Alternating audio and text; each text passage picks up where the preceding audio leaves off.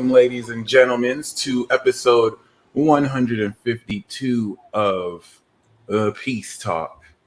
This is the Peace Dealer, and today we have a super awesome guest who is joining us by the name of Pernell Bobby.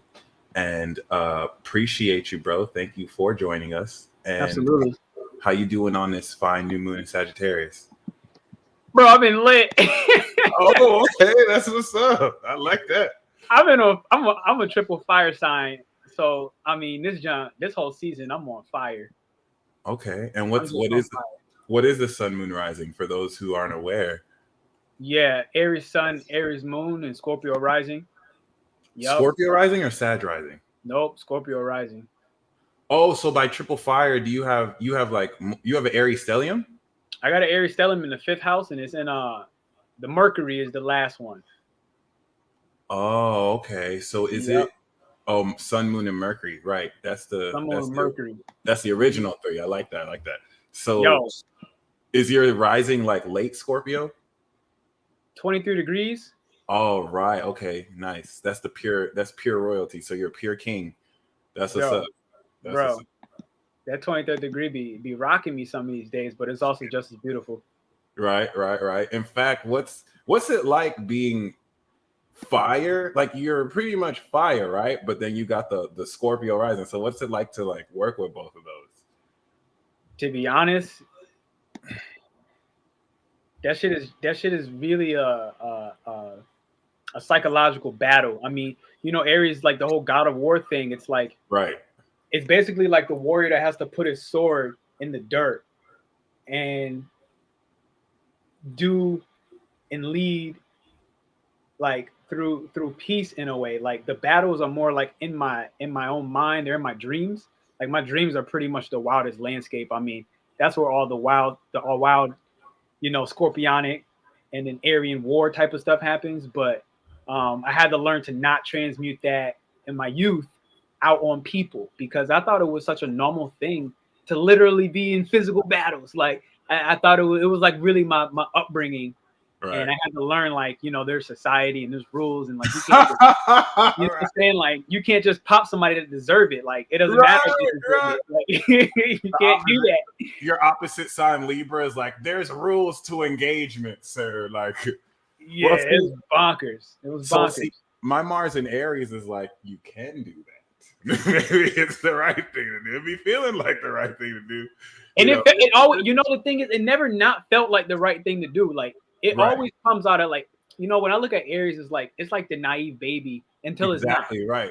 Until it's not. You know what I mean? Yeah. And so it's like, yo, you hit me, I hit you. It's just that simple. Like, I grew up black in America. It's like somebody pop you, you got to finish them, and that's it. Like rules of engagement, straight up. No, but like that's one thing in learning more about astrology that I've always kind of come to appreciate about Aries. My father is an Aries, and like for the longest time, like my shout out to my friend Eddie Boy, who's from El Paso. He's an Aries, and like driving with these people will let you know fuck with these people like every other 5 seconds. What the fuck is wrong with you? How do you drive like that? You know what I'm saying? And I used to think and when we go to restaurants, and my dad would just kind of pop off at the restaurant person, and it'd be kind of awkward sometimes to be like, yo, you go do this here, but I used to think maybe they have to work on their anger, and it wasn't until I grew up that. No, some people are just stupid. You know what I mean? Like some people kind of ask for it, and it kind of taught me in ways maybe I might accept disrespect when I shouldn't. And that's what I really respect. Is like y'all stand up for your own. You will not let anyone treat you a certain way, and it's instant. You don't wait till later. You handle it now. And I just respect that so much. Now it's just that simple. Now I've been watching a lot of different things lately, and like. I think Jordan Peterson was one of the guys that spoke of like the importance of aggression. Like aggression has its place in society, and it's like, on the opposite end, me being so much Aryan fire, like I had to learn like how to tune down the aggression, but then that also got into the hole where I had to learn how to tune it back up. So it's kind of like this, right? Like you gotta like play with it, because I think it takes time for the Aries to evolve. We gotta hit our head enough times. Before we finally like, all right, this is how we're going to do it. Ram style.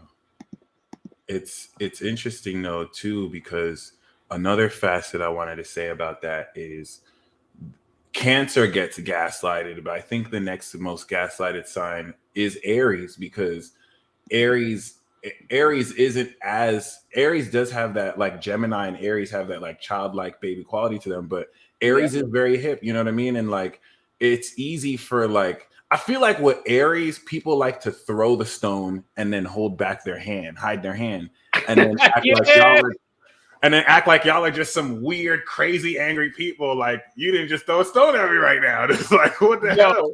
Yo, when I tell you I felt like that my whole life, but you just put it in the perfect terms, because you know, when I was doing some like astrology reports, I realized that like fire signs been like in a 10-year hell cycle. And it's like, you know, what that kind of looked like was, you know, we're the fire, the lights, like, right, the beacons of light in the dark hours. And it's like we're like cheerlead people on just for fun, for freedom, Right. because we just agree with that. But it's like, you know, we were in this 10-year hell where I recognized for Aries that naivety, like we would have so many snakes in our garden, but it's like this God of War mentality. We're not necessarily, you know, it's almost like of a tea, of a, what is it? Not a tea. If it's of a tick bites you, you don't really know it. But there's so Right. many ticks. Right. So that was like the hand hiding, right? Where you Right. get hit with so many ticks, eventually, like it does begin to weigh you down. Yeah. And I found that we really just kind of came out that December 2020 on that Gemini sequence in December. It was like everything started changing. You know, this whole Sag moon today is like, I think we lit up again. I quite frankly, I feel Right. it. It's like Right. that flame is no longer dim. And we learned how to calibrate it, transmute it, and it's like it's time to fire back in the right way. Yes, the counterattack. I love that. I love that. And bring back the aggression, but know how to use it. I really love In that. the right way. That's been the key. It's been like to do it, understanding that like there are other human beings on the planet. Like you know, it's like, oh shit, I guess we can't just always go to war. Like, Yeah. Shout out to John. I feel you. Like there is a time and a place for everything. And I do like how you mentioned we are coming back around to that place where it's time to spark the fire again, or at least cultivate it in that way. And, you know, just being in a position where people will do what they say and then run to society, run to Libra Cap, like, oh, Aries is overreacting. And it's like, no, why do you have to run to other people? Because you can't handle them one-on-one. I see. Okay. So it is what it is. But yeah, man, where are you based out of? yo, it's so funny, man. I've been out of the country for 4 years. Oh, word. And I just pulled up like a month ago to the most random place. It's like, it's so strange. 4 years out of the US in different countries, and I'm in Arkansas. Like I'm in Fort Smith, Arkansas, and it was wild when I saw The Harder They Fall with the Jay-Z movie on Netflix, and they had a scene here in the Wild Wild West in Fort Smith, Arkansas. So it's like on the same street as me, there is a lynch hanging from the tree. Like I'm not kidding. Like there's a lynch on my street hanging from a tree.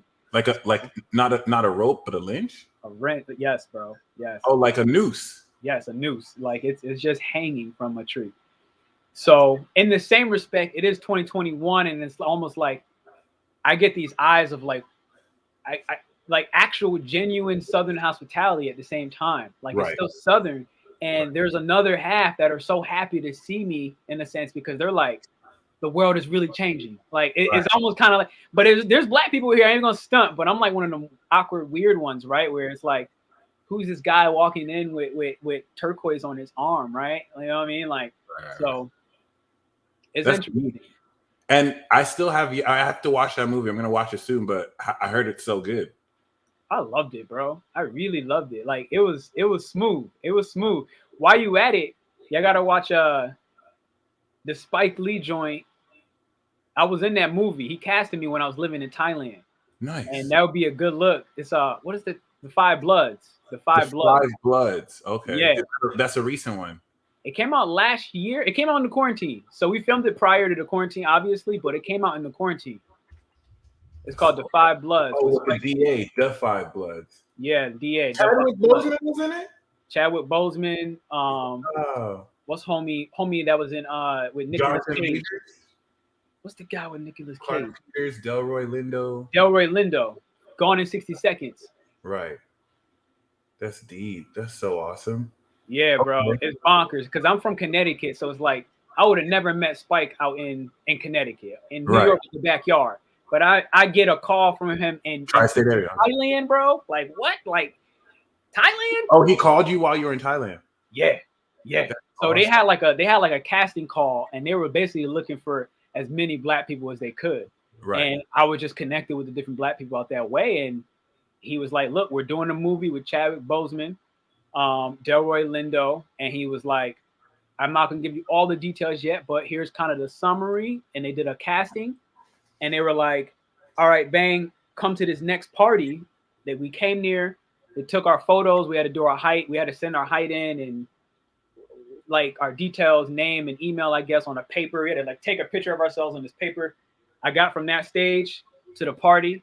The party, they took our photo, our headshots. And then from there, they invited back like 40 people. And then from that 40, they took like 3. Oh shit. Yeah. And that was it. And so they had gave me at first like a somewhat like one of those back prop people role, like to just stand in place for the actors. Yeah. And so they paid for that at first, and then they were like, they called me back, and they were like, actually, we're gonna bump your role, and now we're gonna give you a character role. So I ended up playing the son in the movie. That's and hard. it was kind of funny. I had to like I had to shave everything. I had to look younger. I was like some kid from Jersey, or Philly, one or the other. And yeah, man, it was bonkers. It was bonkers. That's wild. I don't mean any offense by this, but like I started to notice like and reading just like doing it. And I think you notice even more than me, but like, do you notice how like certain people of the same sun sign kind of resemble each other? Like they have the same spirit through it. Yeah. Yeah. I'm not gonna lie, when you were saying what you were saying, I kind of saw Big Sean real quick. Oh yeah?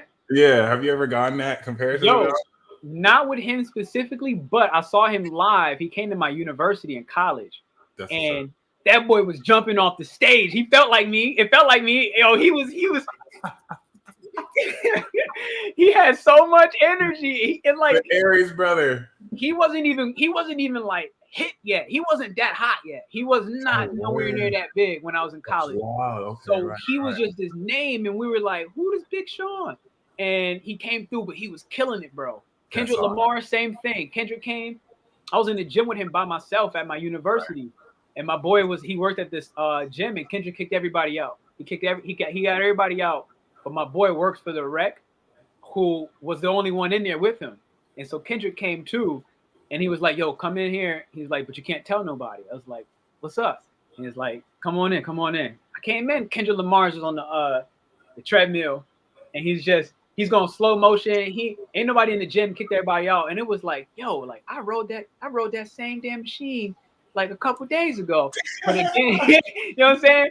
But again, it was before Kendrick had like short. His hair was like right when he was still K-Dot or what? K-Dot, bro. His hair was beady, bro. That's his hair was beady. He ain't have all that stuff yet. It was kind of starting to grow out, but he was a really humble dude. Like he was really quiet, honestly, to himself, and you could tell like he really lives how he talks. He does. You know what I'm saying? Like he not out here fooling people. Oh, that's so awesome. That's super dope. Shout out to both of them.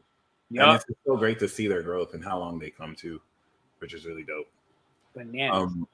And how do I say it? Yeah. So, wow. I mean, yeah, I'm definitely going to check out that movie for sure. I thought it was kind of interesting too, because Aries is the archetype of like the sun, the Leo Aries, like, the new life. So I started to kind of notice parallels between movie roles we come into and like how they play out with our chart magically or something like that. I'm in the 5th, bro. I'm in the 5th. So it's like, right. Yeah. 5th on the stellium too. So I had to learn. This is probably one of the tougher lessons. Okay, so like just thinking of some of the names that was mentioned, I had to learn to still walk my own path the way that Aries would, because it's so simple, to just, let's say, quit. The people, I had to make sure I'm around the wrong people, because the wrong people, they might hear these couple names and then it's like, all right, well, I don't need to do anything else. And it's like, no, I'm not here to live in their footsteps. So that's part of that fame quote. I look at the 5th house, or like 17th degree, 5th degree, 29th degree. It's like this fame degree. And I've learned that like those degrees and those placements, Aries, Leos, they really got to learn and remember to feed their own flame and not get caught in the spotlight. That's deep. That's very deep. It's kind of counterintuitive when you think of it like that too. And we know that Aries is your 6th house. So it's like you take that 5th house creativity and you integrate it into your daily life. So you like live that. That's so dope. That's what I respect about Scorpio rising. It's like y'all lifestyle is you, like it's individually focused. It's basically how you live your own life on your own terms, which is like rulership. That's awesome. That's king shit right there. So let me grab my charger for 1 second. Yo, I was just about to leave too. I was like, yo, my joint dying. Yo, that's crazy. Holy crap. I literally got up because I wanted to change the temperature. So that's crap. I was literally just about to get up. Yo, you mad silly. Word. I was waiting for that break. I was like, all right, we're gonna have to get this break somewhere because we're gonna die out. I threw this up. So you lived in Connecticut, right? But you're from Connecticut. You're from Connecticut. That's what's up. I'm from New Jersey. Tri-state. Right. Yeah, I grew up in Queens for 4 years, and then I moved to New Jersey. Graduated from Jersey, then I moved to Texas. But I went to freshman year in college at University of Maryland, though, and I met some DMV and Tri-State peeps. But wow. Right. Wow. I tried to play lacrosse there at one point, but I think it was just pipe dreams. I wasn't ready for that. I wasn't ready for all that smoke. I feel you. At UMD? Yeah. Okay. Yeah. Park, that's awesome. Yeah, I looked at it, but they way too nice, to be honest. Like word, yeah, okay, yeah. They play for their whole life. I picked it up in high school for a form of aggression, like to get that Aries aggression out, bro. It's like that was the most physical sport. Literally, my boy was just like, he was like, "Yo, you want to play lacrosse?" We was like walking out after school. I was like, "What the hell is lacrosse, bro?" Right. He was like, "Oh no, you just got sticks and you get to hit people." And I was like, "Fuck it, let's do it." That's so awesome. And let's see. So you were from Connecticut, and then where did you travel? You traveled to Taiwan. Where else did you travel for 4 years? So Taiwan, no, but I got some Taiwan friends. They've been trying to get me there. I was in Hong Kong. I was in Thailand. I was in Bali. So I lived in Thailand for like a year and some change. Bali for like 5 months or so. Hey, what's up, Glam? What's going on? What you call it? Germany, which that was a wild story. I moved there like on a bag, and I left my other bags back in Thailand following a girl, and then I ended up being back. That was that Aries for a fact, that impulsive shit. And I went back.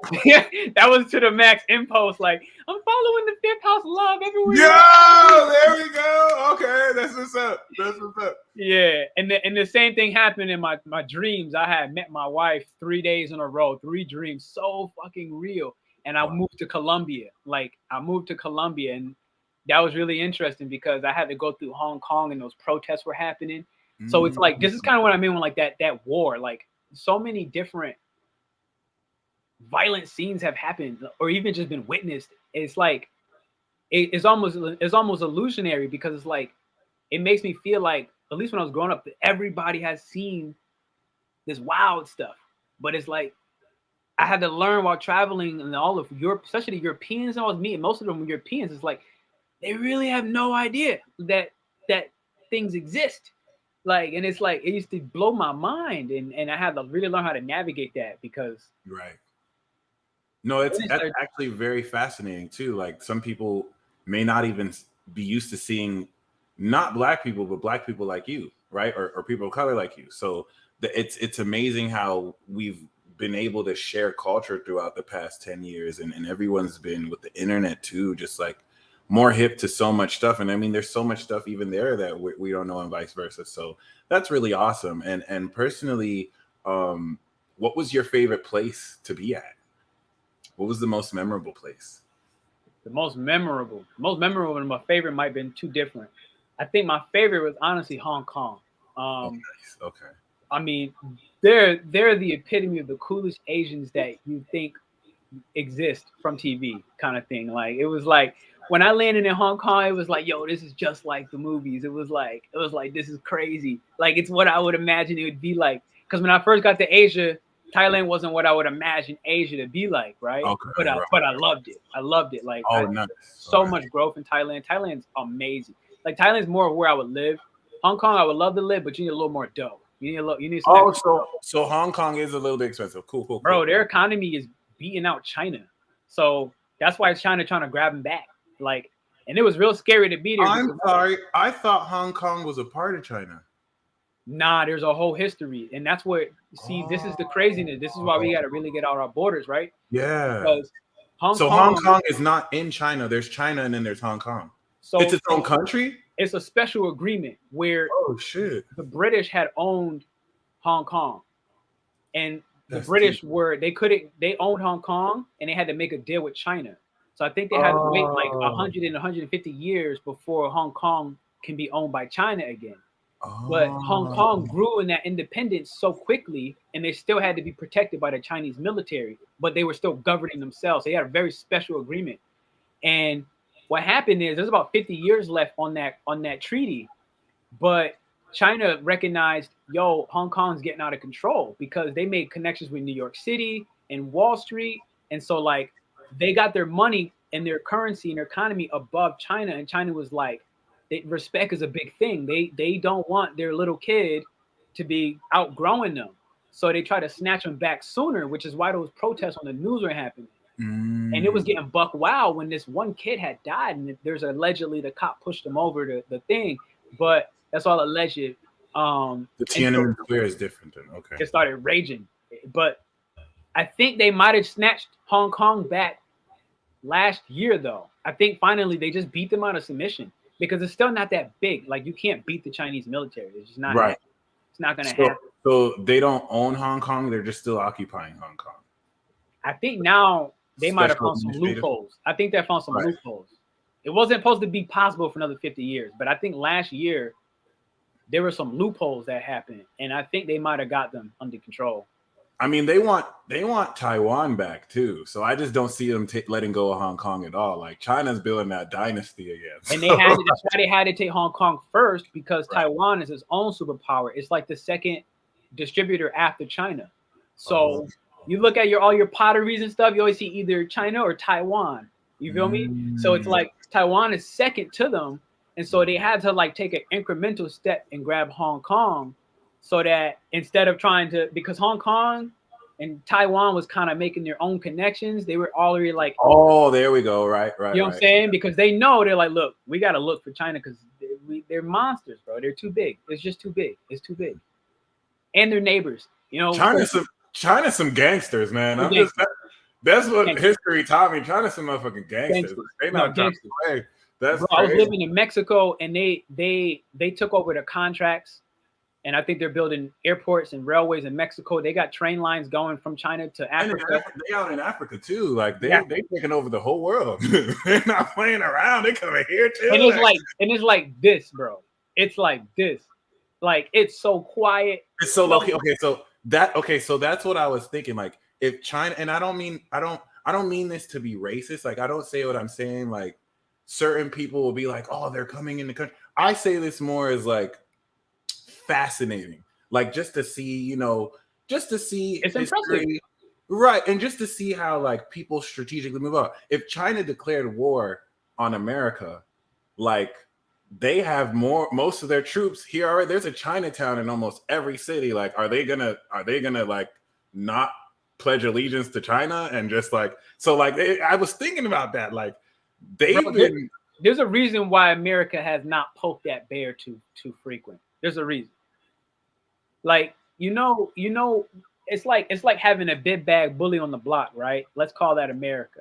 But then they know that there's a bigger bully who they rather not try to poke because they're like, that's not very healthy for our, it's not smart. It's not smart. These resources, right. It's not smart at all because China owns the resources. They're funding.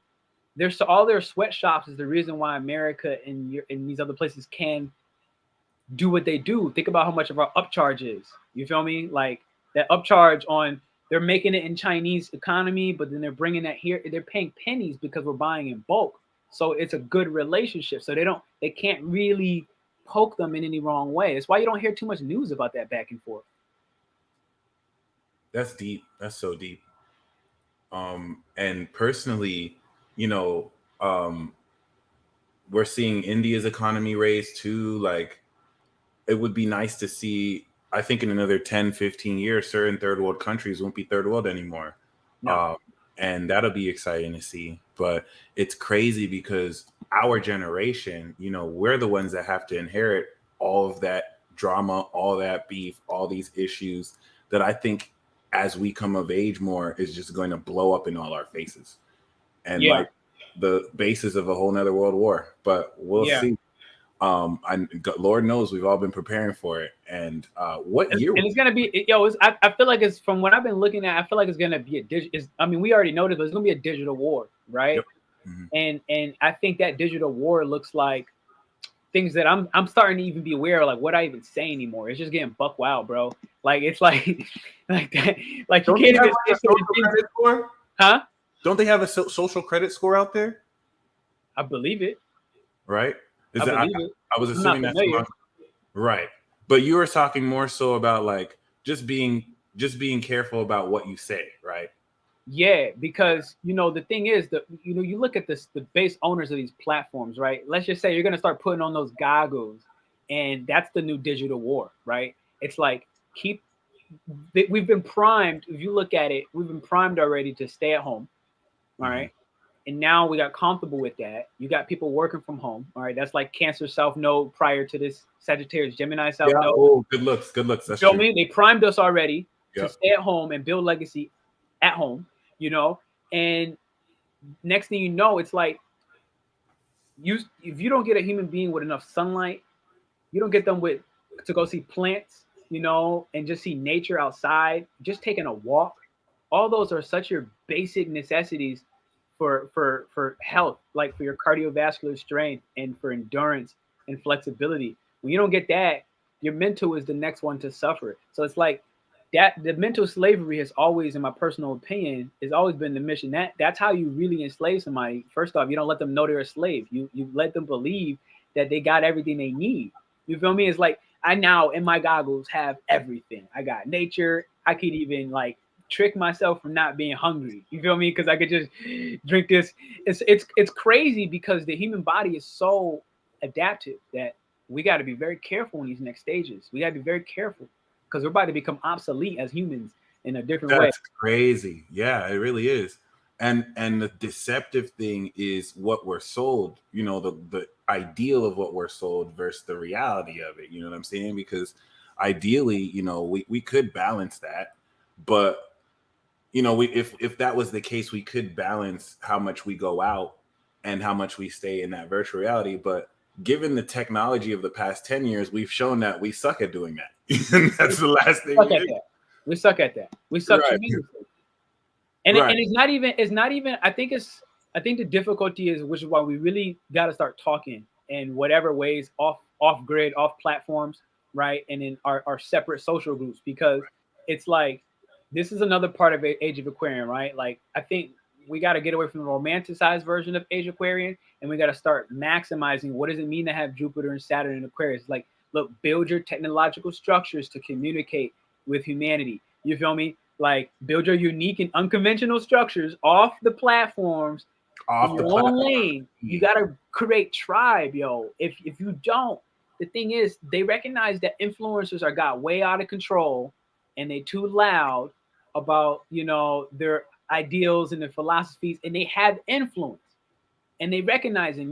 These NFL players, they not just blowing their money like they used to. These players aren't just blowing their money like they used to. They're investing in apps. They're investing in their own products. They're getting game from people. The tech, you see Shaq on TV talking about wealth. Shout out to Shaq. Shaq, bro. He usually was signed to Reebok. Now he bought Reebok. Like, Shaq is a straight legend. That's crazy, man. Remember when he came out with the Shaq shoes, bro? And it was like, right. Yo. And you know how that happened? Do you ever hear how that happened? I just heard for the first time yesterday. And basically, he was coming off the court one day, and his fan was like, "You suck. Why did you guys finally make some shoes that's affordable? I want to be able to buy my son some shoes," something like that. And he was like, I'm sorry, ma'am. I didn't know you felt that way. He tried to give her $2,000 that he had in his pocket, $2,000. and she slapped out of his hand. He's like, just make more affordable shoes, like yada yada, something like that. And he was like, that same day with the Reebok, or I think it was Reebok, he said he canceled his contract. He said, look, I don't want the money. I'm gonna wear your shoes out for the year because I'm in contract, but I'm going my own way. And he made those Shaq shoes. He made those Shaq shoes.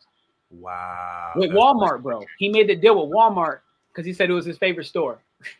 That's legendary. Holy crap. That's wild. And that's really what I've come to respect about Pisces. They're all legends. He's a Pisces? He's a Pisces. When I learned that, I was like, no wonder. Floyd Mayweather, 50-0. Rihanna is now a national hero in Barbados. Like that Jupiter return, Kwame Brown came out of nowhere. Jupiter Pisces started going off. Like Pisces is coming back. That's all I'm about to say. So I'm really curious, right? Because Pisces, you think like, you know, they can be like deceptive and manipulative because they understand your emotions better than you in a quiet and elusive way. Yep. But I'm almost interested because I'm hearing these people with Pisces sons, and I'm like, all of them are savages. Shaq was a savage in basketball. You feel me? Rihanna's an Aries moon. That's the Savage Fenty, the Aries. Yo, when I saw her in that Chris Brown thing, I think one of them had a cancer in Mars. I was like, yo, this story ain't like it looked like.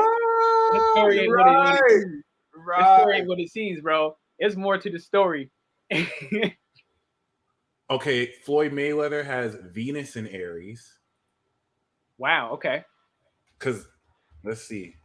And then Shaq. That's the heartbreak placement. Shit. And then Shaq has Mercury in Aries, and he's an Aries rising. So there we go. You're right. That's amazing. Scorpio moon too. So once again, like that's just so fascinating. And I mean, I love that story. Like it's definitely very revealing, and it's awesome. And on that vein, that's one thing that I love about Saturn Aquarius. It wasn't until Saturn Aquarius that I started to see groups of people come in like, hey, join our Forex group. We'll educate you as a community how to make money together. Hey, join this group. It's like knowledge. It's like a whole forums of people just giving knowledge and it's building community and it's helping people gain freedom in certain senses. And I see that as like the motherships that are taking people through these clouds to that form community on these clouds and eventually ground them physically to where we can come out, you know what I'm saying, of the internet grid and the grid. And I see that process already starting, which, you know, is going to be frustrated, but really, really great point. Cause, you know, that's definitely a huge, you know, facet of this for sure. So you said your favorite place was Hong Kong. And then what was the most memorable? Yo, honestly, I always go back and forth. There's one part of me wants to say Medellin, which I lived there for like a year. Colombia? Colombia, bro. I heard that place was lit. I heard that place was nice. Holy shit. Bonkers, bro. My friend was like, yo, come out here. We need to shoot some music videos. Like, I had so many people come out there to shoot music videos. That's so funny you said that. I got a boy there right now. He's out there. Alex, he makes music and he's out there shooting. I had a producer that was out there that worked with like I think it was Kanye's label. No, I don't know. Drake, Jay-Z, or Kanye, one of the three. I don't know. And he has some of his artists. He kind of like managed those artists. He had some of his artists kind of work on them with them. It's people go there because, to be honest, the scenery and the weather, and honestly, the women are there, right? Like they're the most beautiful women in the world, and I can, all the ingredients. Say that. Okay. Literally, I've heard that. I've really heard that. There's everyone who's ever talked about that always makes a point to say about the women, for sure. Like that's crazy. That's amazing. I'm telling you, being out in the world, I feel like I earned the right to say that. And you've traveled. That's crazy. Bro, right. Bro. But I will say this. And there's beautiful women all over the world too. All over. So like that's crazy. Holy shit. All over. All right. I will say this though. I will say this. There's a lot of fake beauty mixed in the culture because of the Pablo Escobar culture, and you know he had to have these women shipped in for his sicarios to feel at home because they were doing a lot of wild stuff, right? So he created the culture of these bad women being and importing themselves there because they realized I can get me a sicario and he could basically fund our entire family, right? So even after he died, that culture stayed. So I say this to say this, like there's two types of beauties there. Okay, one, there is the fake bimbo, like fake boob, fake ass type of beauty, and it's not my beauty. So it's not the beauty that I'm talking about, but it is the one that a lot of guys are like, "Yo, come to Colombia, the women are beautiful." I'm not down for that personally, but even beyond that, the which is the wildest part, because the actual women in the culture are freaking beautiful, and they don't need makeup, and they standardly don't. They actually like they repulse it because of the culture that it brought. They actually like they repulse it. They don't show their ass. They don't show their titties. They don't have. It's not that movie image beauty that people want to believe, even though it is out there because of music videos and yada yada yada. So I will say that. That's so deep. That's such a deep insight. I thank you for sharing that. And I mean, I think it goes a long way towards how realistically you may be in a position to, you know, share that experience. And I can imagine how do you feel received being from out of the country there? In Colombia, beautifully. That's I mean, awesome. beautifully. For starters, is a little bit of a cheat code because they do treat Americans much kinder than they will other black people. Like a black Colombian, depending on what part, there's racism there, right? Like Cartagena was a slave port, so let's not forget that. Like The Cartagena, colorism, right? Like the light skin, dark skin stuff, right? yeah. So there are coastlines where it's just black. The coast on the beaches is basically where the black people are, and in Medellin and Bogota, the two major cities, that's not what runs it. And there is racism, but it's not like American. It's not like North American racism. It's Right. more like snobbish. It's Right. kind of just like they'll walk around like they're above you, and I'm okay with that because I'm like, at least I'm not dying, so I'm cool with Right, that. right. Because that's just kind of like it's like a whatever. Like that's your Exactly. problem. That's your problem. And you'll see that across all the islands. You'll see that in Singapore. You'll see that in China. Chinese used to do that to Indian people in Singapore. You'll hear stories about that in Puerto Rico, Dominican Republic. So that's really interesting. And I think once again that's going to die off this generation. I don't think we're going to see. Yeah, it too has much no more it has of no weight. It has no more weight. Right. Honestly, even being back in the U.S. is like it doesn't carry the same weight. And I say this growing up in the same area you did in the tri-state, like New York, Connecticut, Jersey, and so it's like it's dying, and I'm really happy to see it. Like I can actually feel like confident that like, yo, this is happening. This is It's happening, right? Yeah. It's literally happening. Like new levels, new devils, right? So new we'll levels, probably have new different devils. challenges, but I think that's so awesome. That's amazing. You being well traveled too, and being able to see that, and then coming back full circle to be in Arkansas, where like now you're bridging, even more racial differences, and having people kind of be happy to see like these changes too, which is just so deep. That's so awesome. Bro, what I had a revolutionary conversation. It was probably an older white male. He was like 60 years old, and he's never seen a black person in his life. And it was bonkers. Like it was bonkers. Like family definitely has deep, deep, deep money from forever. Right. So Wow. Damn. yeah, forever. And he had talked to me. He was like, his son was 30, and I'm 30 now. He was talking about his son, and he was like, my son was trying to tell me all these things when he was alive, and I just couldn't listen to him. And we used to fight all the time. And he was saying all the things that you're saying, and he's like, I just couldn't accept it. And he was like, the way he was saying it, he was like, it made him or his son sick, one or the other. And he was like, struck to talk to me, who's now 30, someone his son's age, talking about the same things that he could never accept and listen to when his son was alive. That is so deep. And a lot of that was about racism, and a lot of that was about like he couldn't get his mind off of black, white. And I kept telling him, I was like, sir, like, let's take a second to like take in what I'm telling you. Like, I have lived out of the country for the last 4 years. When I tell you and I promise you, my mind does not work in two binary colors. Like we have to expand. We have to expand. And I was like, don't let this stuff go in vain with your son. You feel me? Like, don't let it continue.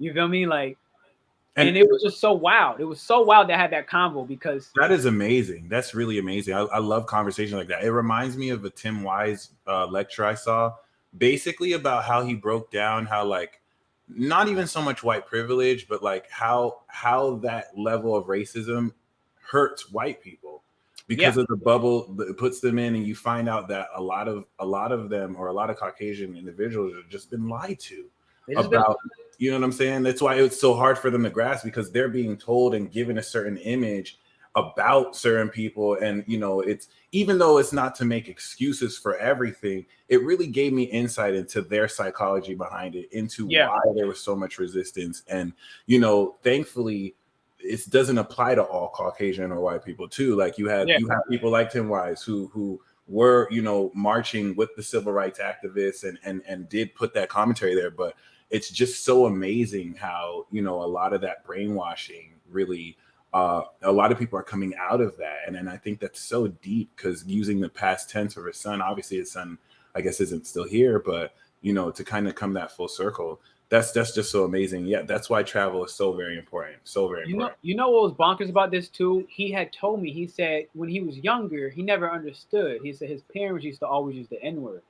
And he said one day he asked his parents, like, Mom, Dad, like, why do y'all keep calling these people this word? And he was confused. He didn't understand. And they were like, well, he was like, you guys never met a black person. I don't understand. Oh, wow. And he's like, and they were like, well, we don't really know. We just grew up knowing that was the way. So we just do it. That's crazy. So, from little kids, that's what they taught, right? So like from birth, bro, from birth. And I had told him, and I told him, you know, my Aries Mercury really has no chill button. It really has no chill button. I was telling him, I was like, look, my man, is like, because he was like really trying to tread softly. And I was like, say what you want to say. Like, it's okay. Like, I promise you. And I was like, you're no less of a slave than I am. like the mental slavery is it got us both on different levels. Ways. It's like we both got. This is the reality. We all got. We all got. You know, so I was like, it's not about this and that, because like you were saying back in Asia, it's like, yo, the lighter skin, you have people in Asia bleaching their skin like Michael Jackson. Because the whiter you are, the richer you are considered, the more wealthy you're considered. So it's like they're bleaching over there in the masses, bro. Like, and they're the ones who provide a lot of these bleaching you know, stuff too. It comes from there. There's some of that in Nigeria, which is just kind of crazy. Right? And I mean, it's just interesting. But you a lot of who you see do that are the older generation, like a lot of older people who just kind of feel like it is what it is. But you know, that's amazing. And you know, we do know you're the astro-therapist. What inspired you to step into astrology and how did you become the astro-therapist? That's a great question. I thank you. Quarantine hit it hard body. Okay. Astrology always been around for me. But quarantine, it got real. It got real in quarantine. And I was stuck in Colombia, right? And I was there at first. I mean, I might have had about 14 different people from different countries around me. And I watched them all flee the country because they were all afraid it was going to be like a military state. Everybody heard these Pablo Escobar stories. They didn't know what was going to happen. And the country was shutting down. They gave us like 48 hours to either get in or to leave or stay. And it was just like that. And I was like, all these people are leaving and they're leaving quick and they're not even thinking. And I was like, that just sounds, it felt stupid. If I'm being honest, I might not have said that out loud, but I was like, this looks dumb and I'm just going to stay still. And I stayed still. Eventually everybody was gone and I was the only one left. It was me and one other German guy. And we were the last. What country were you in? I was in Colombia. I was in Medellin. Colombia. Okay, right. I was in Colombia 2020 in March. And it was crazy, bro, because I just got off the plane from Italy. So it hit in Italy. And I was going to stay. And it wasn't even a thing yet, right? Because no one was worried about it back in Italy. Nobody, like when it's in Italy, it was kind of like, and they were laughing at me. They were like, oh, he's ground zero because I came from Wuhan, China. This is amazing that we're talking about this story. Because, yo, I was in Wuhan, China prior. My flight was, remember I told you I was in Hong Kong. I had to fly into Wuhan. Right. Oh, so all this stuff was happening. I was there. And it was bonkers, bro, because they were running military games there that never hit the news, but I'm not saying nothing else. Right. And I left Wuhan. I came to New York. Then I went to Italy. I lived in Wuhan back in December, November, somewhere around then when the outbreak was beginning, if you will. Right. I left. Forgive me. I'm gonna leave the timelines out because I'm gonna get too confused in a moment. My Virgo 10th house would be like, It's gonna. I'm gonna pull back on that. But I was in Italy, and the outbreak came, and they were laughing at me, saying, "Oh, he's ground zero. He's ground zero." And it was funny because they didn't speak the best English. It was even funnier. They were just telling me I'm ground zero, and I was gonna stay. I swear to God, I was gonna stay. I was gonna cancel my flight. But then the quarantine had came, and they were like starting to freak out a little bit, and so I had a choice, and I left. And I went to the States in New York about 5 days, and I think the first thing it started happening, it was like following me, bro. And I left New York and I came to Colombia. And when I got the plane, it was like, if you were here in the last 14 days, Italy was one of them. I checked my passport and I was freaking out. I was like, oh crap, they're not gonna let me in the country. Oh, shit. And I got in. The lady didn't even check my joint because no one thought it was real. Right. No one believed it. This is the first couple of days. No one was like, yo, if I came in like 4 days later, it would have been a wrap. It would have been a wrap. It would have been a wrap. They would have quarantined my ass or something wild. And I got in. The lady didn't even check, bro. I was like, she just stamped it. And I went by and I was like, did that just work? Did that just work? I think it just worked. And so that was that. Quarantine started like 10 days later, and it was bonkers because for the first time in my life, I took DMT. That's what's up. That's what's up. Yeah, for the first time in my life. And I went to this botanical garden, and it was the day before they locked the country down. And I remember, like, I was laying down on the bench, and I like isolated myself because I was like, there's too much other stuff going on. I just had to be in nature. And I laid on the bench, and these trees were just waving in front of me, but they were closed. And I remember them junks opened up. And then I swear to God, God was like, they're ready to listen, son. Come off the bench. But it opened up, and it was like, they're ready to listen, son. Come off the bench. And I was kind of like, Coach God right there. That's what's up. Yo. From there, things got real. Quarantine began. It was bonkers, right? In its own ways. And when I'm now by myself, eventually my friend was doing readings. And I was already doing my own astrology research, but I never got a reading myself, right? Ooh, okay, right. And so I got a reading, and I had asked her some questions about like Chiron and Aries and yada, yada, yada. And so what she showed me, I was like, I became obsessed. I just became obsessed. And it was like all the things the synchronicities, they finally all connected. And eventually I just started reading everybody's chart. I just started calling people like, yo, let me do this. And I just set up a Calendly, and I just had people booking. I just had people booking at first, and I was charging nothing in the beginning. And then eventually the feedback was like, yo, Pernell, like, you are naturally gifted at this. So I started charging like, I don't even know, like $44 in the beginning. That's awesome. And it just it's 4:04 p.m. right now, by the way, when you said that. 444? It's 4:04 p.m. 404? Bro, the building has been happening. Them angel numbers been screaming. Them angel numbers been screaming lately. Ooh, definitely. That's just what it was, bro. And then from there, I started teaching the astrology in Spanish to Colombians, bro. I was like working out of this small Airbnb trying to pay rent, teaching for like I took so many more readings for like $6, you know, like just nothing in Colombian pesos. Right. And it was just practice, right. You know, and then it just got better and better. And so it kind of just all came together because when I first left the US 4 years ago, I went to Asia looking to study medicine. And I was just looking to study and kind of relieve my own suffering, to be honest. That was just the simplicity of it. And, you know, this whole Scorpio rising path, right? So it's like, I was Scorpio rising and I got all this Aries.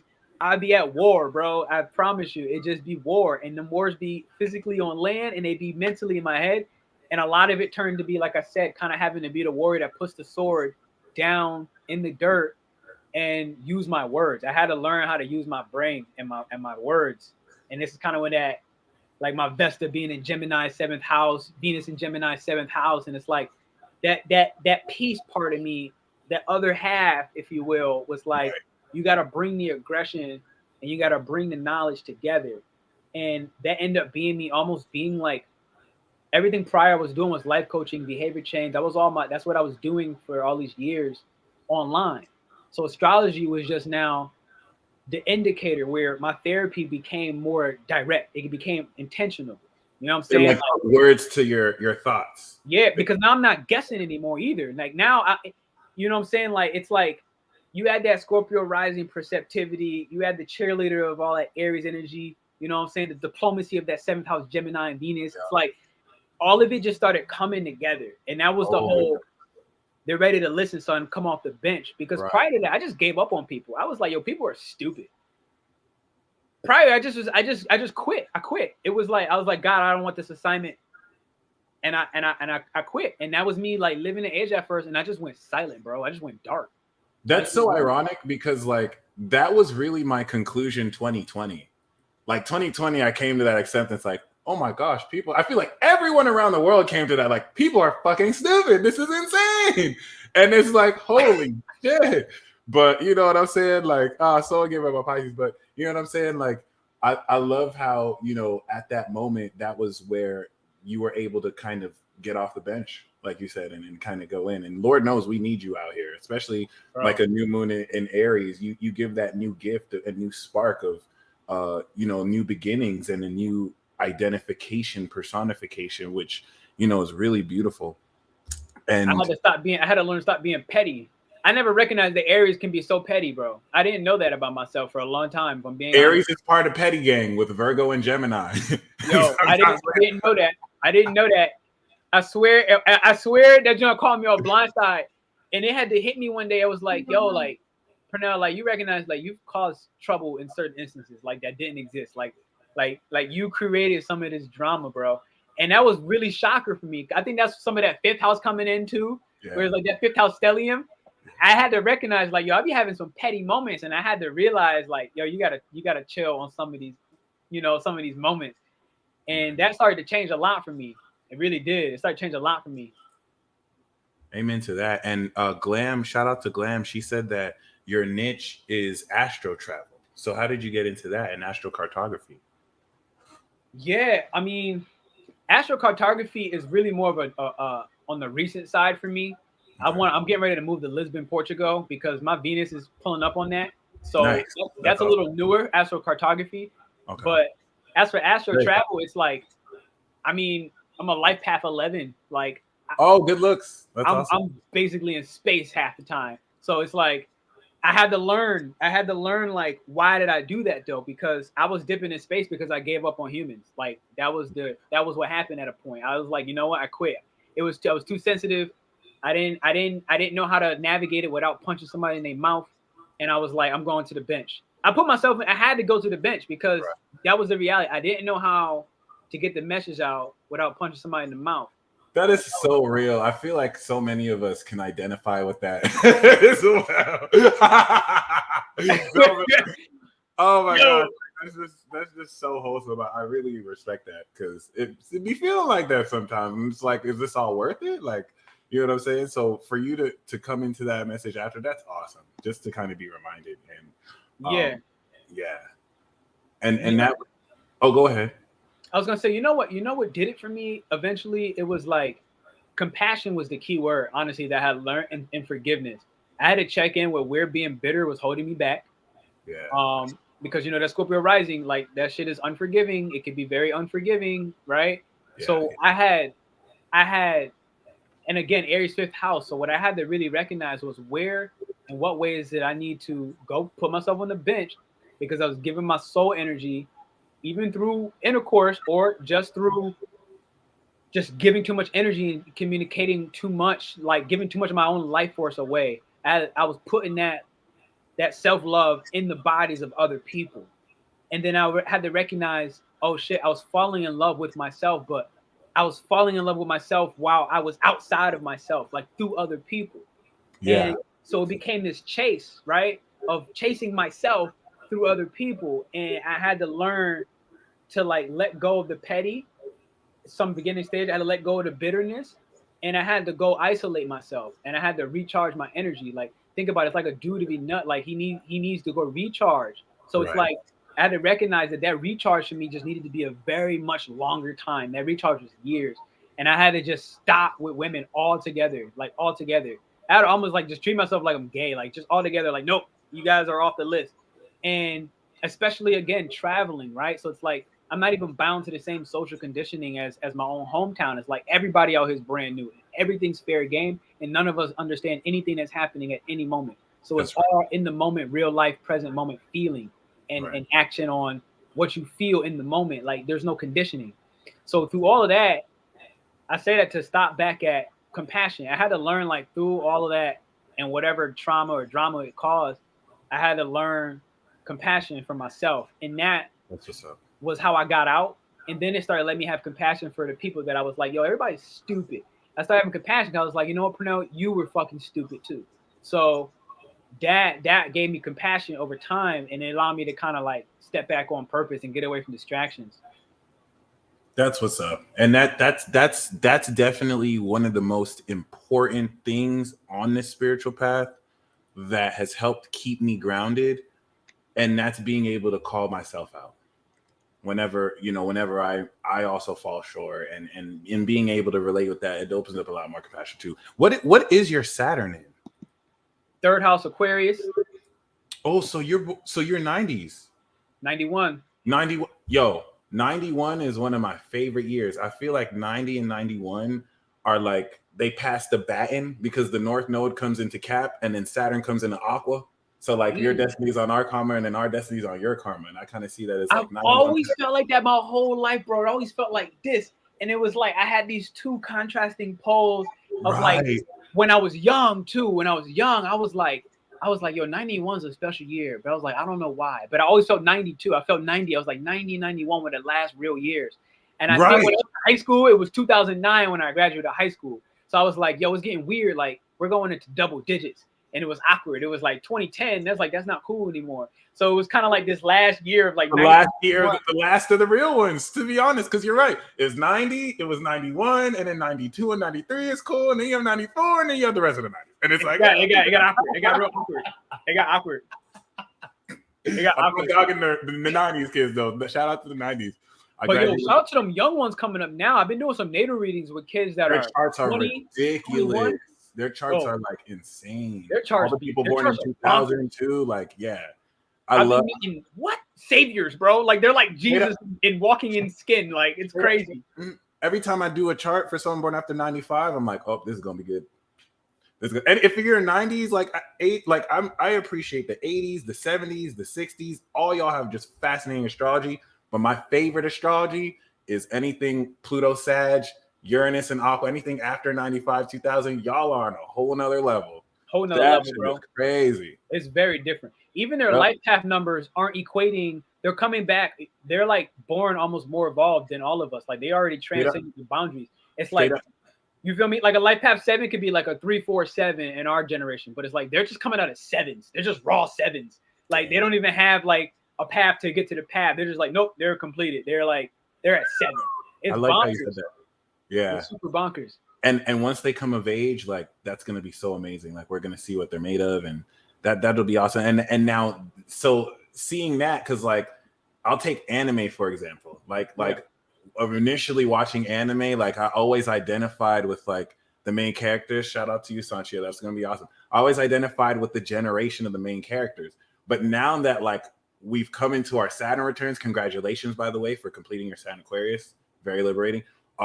It's like now I'm starting to identify with the generation a little bit older than the main characters, and seeing the new generation as like the main characters in these shows and these animes. And it's like, okay, we're here to pave the way for them.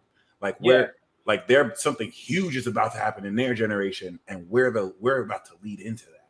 Yeah. And so it really makes me take our position so much more serious. It's really awesome. And yeah, Pluto Leo definitely lit. And interestingly enough, yeah, that's super awesome. I just wanted to ask just to see if you were, more 80s or 90s. But yeah, I feel like 90 passed that baton to 91 in that race, and then they move forward. And it's really dope. I look forward to see how y'all actualize that. But other than that, you know what I mean? Let's play the 3 questions game. So we'll take turns asking each other 3 questions about anything, no limit. And you can go first. I'll answer. I'll ask you. You answer, and then we'll go back and forth 2 rounds. Okay, sweet. All right. I mean, but can I get a preemptive question? What is like your what's your like a preemptive, like what's your significant placements? Like I knew Gemini Sun. Oh, you can ask any question. Yeah. Oh, okay. A preemptive. Yeah. For before your first question. Yeah. Yeah. Right. So Gemini Sun, Cat Moon. Gemini Sun, Cap Moon on Saturn Cap, and then Taurus rising on Mercury. Okay, bang. All right. So what are you most excited about when it comes to this South Node in Scorpio and the North Node in Taurus next year? What do you feel? How do you feel is going to change the game for, let's say, the spiritual community stepping into the natural Taurus and more harmony? That's such a good question. I was so focused on North Node in Gemini, I completely forgot I'm a Taurus rising. So I didn't realize that this is what I was waiting for my whole life. Like this is gonna make it all real. Yo, it's gonna make it all real. And I got that Scorp rising, so I just feel it, bro. I'm like, oh my god, all of the crazy is about to chill out a little bit, like. And we both have risings at the end of the sign, so we're gonna come into it first too. Like it's like the first few months is all just gonna hit. And I didn't realize, I think, because my whole life I've underestimated Taurus. Because of Pisces, I've learned that Taurus to me is the most slept on zodiac sign. So I didn't put two and two together that Uranus is in Taurus, North Node is about to be in Taurus. It's all going down. Like it's solar eclipses, lunar eclipses in Taurus next year. It's getting lit. I feel like this is going to be the first we're going to see flying cars. Like this is going to be the first foundation where technological, like the next wave of the new technology, boom, like from VR, flying cars, even the sex toys about to be crazy. Like that might be right. Really? Yeah. Really? Is super realistic. So, and I didn't realize how important the North Node in Leo, Cancer, and Gemini was important to getting there, because that North Node in Gemini kept so much in the air, and we had to entertain so many ideas and like really come into the truth. Now we're going to be able to ground that truth. Now we're going to be able to make real so much ideas we've had. And I feel like it's going to ground our spirituality. And that South Node in Scorpio and Scorpio risings and Scorpio suns, I think, are the most important part, in Scorpio moons, because y'all are going to unlock that wisdom to ground everything. And I feel like it's going to be so transformative, really. And after that transformation, based on that footing, North Node Aries, boom, we move forward, because then that's going to hit Neptune in. And shout out to Aries, y'all about to get Neptune and Saturn 2025, right? So, and I don't think Aries is applauded enough, because y'all kicked off the Uranus transit. And Lord knows we needed that. You know what I mean? Like that. With the new moon in Aries? No, just Uranus going through Aries. Like y'all kicked in. Oh, yeah, my bad. I got you. Right. No, it's straight. Now y'all got Chiron. So like I underestimated how significant that was, because we were going through it. But like Aries had to hold space. Aries had to be the most attacked with that, because y'all were just lighting that new revolutionary idea before anyone knew it, before anyone got it. And now it's starting to make sense because it's in Taurus. So like, if y'all didn't do that, we wouldn't be here. We wouldn't have like this revolutionary change. If these new ideas didn't spark, we'd be still doing shit the old way. So that's such a good question. And as much as I've seen Taurus as slow and boring, it's what I need more than ever, to really gain my footing and decide where I want to go and how I want to get there. So I see Taurus as the full manifestation of everything we've been working towards since 10 years ago, North Node Scorpio. And that's just going to be epic. Yeah. That was I actually gained something from that, hearing that piece about the Aries, because man, when you said that, it almost was like I got to take a breath for the first time, because I just remember feeling like, especially around that time, I remember this stage of my life where I was like, even when the fight was done, like mentally in my mind, it was like I'm walking around every day and I'm still swinging. And I'm just like, I was so in a fight or flight, like ready for the next attack, that it was really fucking with me a little bit. If I'm being honest, like especially emotionally, Aries is it's like the sensitive gangster, the way I look at it. It's like Aries is a sensitive gangster. So eventually it's like all that fighting to make way for new territory it had me so jacked up, like it disrupted my internal world as a part of it, like, because it was like I really felt that when I heard you say it's like having to lead the way in a space of Uranus with all them shocks and surprises. Yeah. You know what I'm saying? Where like our main mindset is God of War, so it's like attack, like it's like take it down. and so I got so much in the fight or flight that I got stuck there. I'm being honest, I got stuck there where it took me all that. That's where that 4 years of traveling had to really come out, I think, because it was like I had to go recoup, bro. I had to recoup. It was crazy. Old angry boss with them tweets here. Oh my gosh, he lining up the comments. He coming for everybody. You check in. Shots fired at Pisces and Libra. But other than shout out to Pisces and Libra. But other than that, like I love that. I love that, especially because like I see that as God told y'all to take the torch and move it forward, and like everyone was throwing stones at you, like what are you doing? Before you might even know the purpose, and then you finally got that torch there, and we can now have the light to move forward. You know what I mean? So, other than that, let's see. My question for you is, I just saw on your channel you posted a video about semen retention. Yes. And how has that journey been like for you? I'm restarting my journey again today with the new moon. And how's the journey been for you? And part two of that question is what are some misconceptions about it, and how has it enriched you? All right. So I mean, it enriched me for the same things you'll find in a Google search. I mean, mental clarity, Okay. stepping into my own masculine energy. And when I say that, what I mean is like, I think we're growing up too insecure as men. I could say black men in America, but I'm going to honestly say in this moment, men, because it affects men. Like we're growing up way too insecure. And I think that there was this wave that came through, and I used to live in Cali for a little while, where it's like men kind of they got softer than they were supposed to be. Like there was one side of it where I'm fully in agreement, and I promote this on my channel. Like I promote emotional intelligence. Like Yep. I promote like empathy and compassion. But there's a line where we have to understand where and when is it coming from a place of insecurity and Right. being insecure and doing the most from a place of need rather than from a place of strength. And so I think semen retention for men specifically, it really helps with that. And the reason I say that is like Right. you Yeah. feel me? You feel me? Because if you think about it, like we have life force energy, all right? Like chi, chakra, that's sacral chakra energy. That's your sex chakra. That's your what can create a baby.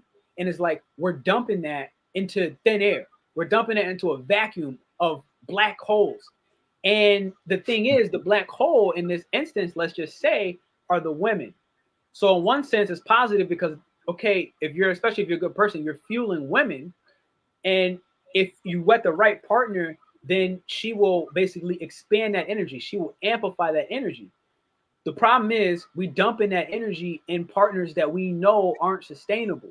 And that's the problem. So she's amplifying energy, but now she's basically stealing your energy, which is your fault, which is my fault, is our fault as guys because we gave that energy. Right. So it's like we have to be mindful. I think semen retention helps us to be very more radically honest with where we dump our energy, how we dump our energy. What are the thoughts that we're manifesting, considering it can create a baby? What are the thoughts on mind? Are you masturbating just because, let's just say, you angry at somebody or because that girl turns you down? It's like, well, now you're creating life force, manifesting more rejection, and it becomes a cycle of rejection. You feel me? And that attacks our emotional security in a way that makes us emasculated, right? And so I think this is what's really crucial about semen retention. I think this is how it has enriched my life because, I mean, I'm so clear, first off. And it's like traveling the world and knowing that I'm not going to just bang anybody just because she has a vagina is very powerful. And it also makes you that much more attractive and magnetic, if we're being honest. Right. Because I mean, it's obvious, it's known that most women can just take any guy she wants, but it's very different when she can't. And it's not about like, you feel me? Like, and it has to be understood that like the male steers the ship. And I don't want to get too like crazy, but we could talk feminine, masculine talks. We could do that. But when I say the male steers the ship, it's like if the male steering the ship and he doesn't have any fuel, it's like, look, you're gonna get lost in the middle of the ocean with no GPS, and that's a problem. And that's what's happening. You know what I'm saying? Like a lot of people are just kind of directionless. You lose motivation to do anything because where's the energy? I fell in that rut a lot too. And one thing that personally I realized that hit home is, good easy times make weak men. But hard times make strong men. And so one thing that our generation doesn't have, like a lot of these men, you know what I'm saying, are like, what's wrong with the younger generation? Like they're softer, they're more sensitive. And we can't really be fully blamed for that, because all the men in the Pluto Leo, Pluto Cancer, Pluto Taurus, even Pluto Virgo, and even Pluto Libra, they all have military experience. They've all seen war. Yeah. We haven't seen war. Yeah. And so like what we're given, we were experimented on with ads, with social movements and change. I feel like a lot of people wouldn't admit we were experimented on, you know, with the people kind of in this age of peace, which also is the other side of it. You know, there's nothing wrong with being in an age of peace. That's the consequence of it.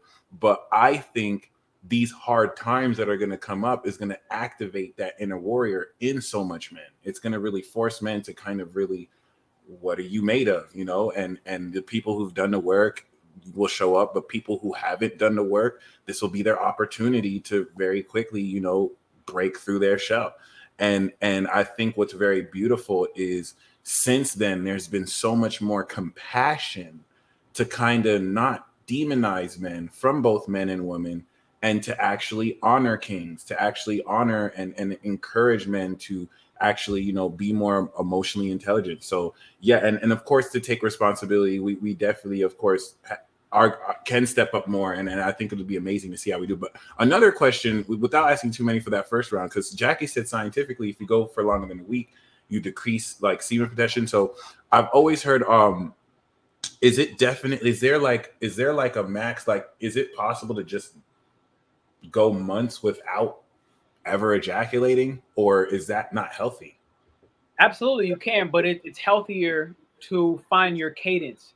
And your cadence is gonna be unique to you. It's gonna be based off your work schedule. Like think about testosterone is used in the work world, right? It's used to be clear, to be structured, to be more like Capricorn in a way, disciplined. And so the thing is, like pipes burst. You feel me? So pipes aren't designed to just hold and Wet dreams too. wet Yeah. dreams. You feel me? So Yeah. like, you know, pipes are meant for things to flow.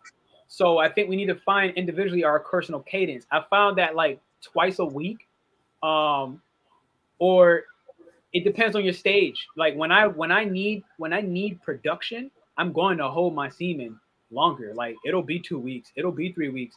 But then I'll also just bust that intermediate one just because again, pipes burst. You feel me? Like you have to keep the flow. So it's healthy. And I only do that. It's kind of like with diet. It's like there's no set regimen. Only you know what you need to do in your day to day. You feel me? Like Virgo 6th house mundane tasks. So depending on what your workload is, depending on what your sex life is like, your marriage, depending on your creative projects, you can integrate and transmute that energy however you please. Right. So the key thing with this is when I say if you're going off twice a week, I'm not saying doing this towards porn, because you have to understand the energetic intake that is also happening. Like if that woman is being abused in that, or she's actually doing it for the money, and you know her reasons on the line, you're taking in that energetic signature. You feel me? So The intent into it, right? exactly. So Which I've been coming back to really accept and learn from scratch. That's very true. the way I look at this for men is if you can't masturbate without any type of stimulation outside of your imagination, then you're out of balance. Right. Okay. So I'm not going to Thankfully, sit there and say you don't watch porn at all. I'm not going to right. say that, but I'm also not going to say, I'm going to say that if you can't rock yourself with your imagination alone and you find it basically impossible or even difficult, you're out of balance.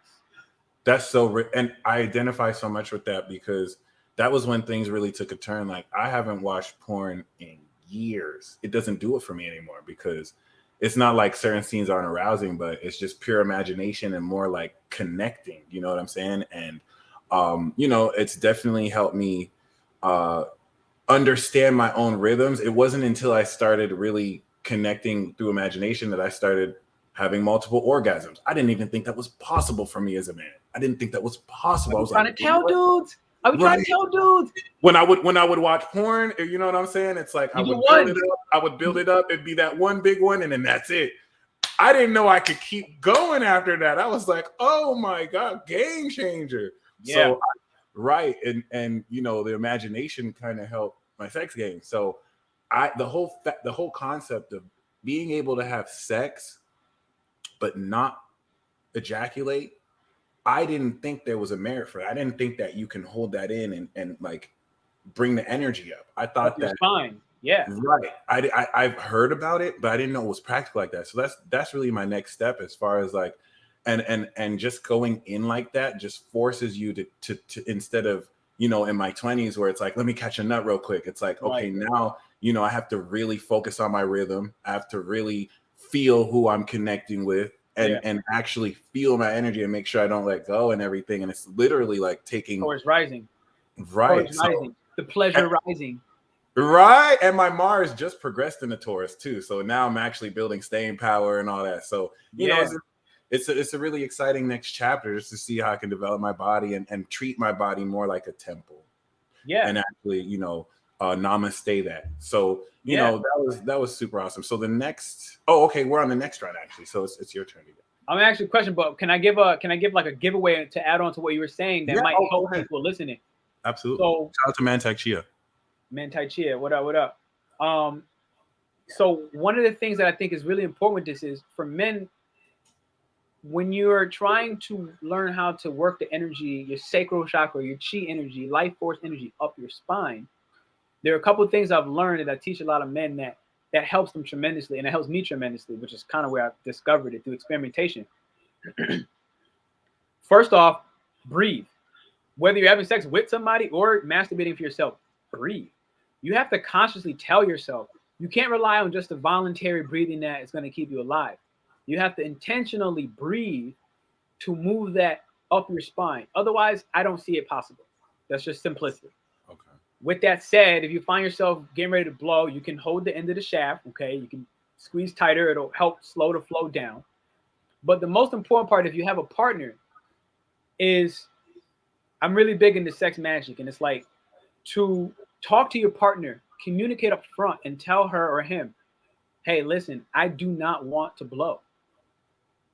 And not only just that, but because this should be had up front prior and create an intention. So right. That's real. That's real. That's so super important because you know that you're having sex with somebody that you actually care for, that you actually love, that you actually want to build something with, when you're willing to, in the heated moment, take a pause, check in with your hormones and say, hey, you know, this intention for me today is for, you know, this creative project that we're building. What's your intention? Would you like to share? And, you know, she might say something like, you know, to manifest more plants in our home.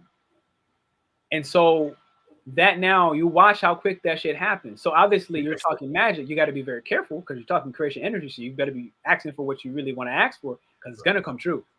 No, it really will. I love that. So you're turning sex into an intentional creative project. Now you're not going to just bang any random person because you can't do that with anybody. It's not even comfortable to be trying to do that with some random Joe Schmo.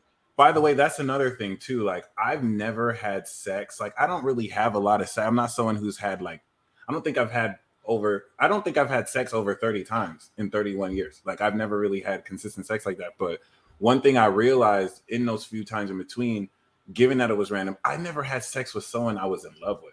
And after having sex a few times, like that's why I haven't had sex since 2019 too. I was like, if I don't feel you, not only is this not as enjoyable, I actually have a better feeling time with my imagination. So like it really just made me change the whole game and be like, the next time I have sex, I want it to be with someone that I actually have an emotional connection to and care about. And I can imagine that whole vibe will be totally different versus just, you know, like actually just, you know, doing it. And it took me a while to realize that that's the thing. But yeah, that's super awesome. Just telling your partner to hold an intention while you know, work that magic and hold in that seed too. That's so beautiful. Yep. So beautiful. Yeah. Absolutely. That's what I was saying. That's my Mars in Cancer, 8th house. It's like the truth is, right. You got to be connected all the way. Like, and that's super timid, like super side to side. You know what I'm saying? It's like super side to side. The Aries definitely spices things up, right? Like I do have my impulses that, but as you, like I said, I look at the two Aries. I always look at the two heads of the Aries. It's like, it's the naive courage where it starts with. It's just curious, a curious little infant just like running around with no head, no direction. And then you got like the cultivated confidence. You know what I'm Right. saying? And that's like the evolved form of the Aries. It's like, look, it had the experience. It's not confident because it's naive. It knows what it's doing. Amen to that. Amen to that. And personally, um, it wasn't until maybe I would say recently, like I would say the last few times I had sex, um, that was more with, that wasn't necessarily with someone random. That was definitely with someone who I actually, you know, liked and cared for. And I would say that was some of the best sex I've ever had. And I felt like It hit different. It hit different in love, bro. really. It hit different in love. Shout out to you, Sun and Cancers. I felt like a curse lifted. I was like, oh my God, I didn't know I needed this. Jesus Christ, y'all. That Cancer placement to take care of you, bro. That Cancer. Straight up. I love it. It's beautiful. It humbled me. It really humbled me. And it you know, showed me a lot. But yeah, I think we're in around. No, you asked me the second question, right? No, I didn't, but I got one. I was just thinking. I was curious about something. Go ahead. Go ahead. You ready for it? Yo, Yeah. So talk about the hype, the illusion, and the truth about twin flames and the reason that it has become so romanticized. And is there even any validation to this concept? Yeah. Oh my gosh, I love that question because I personally have been on both polarities. I've been on the, oh my gosh, I know my twin flame, like this is real and blah, blah, blah. And then I've been on the other polarity that's like, fuck this shit, this is stupid, like this isn't it. And so it's humbled me so many times. And I can say confidently, like the twin flame concept is truth. Like there's reality to it.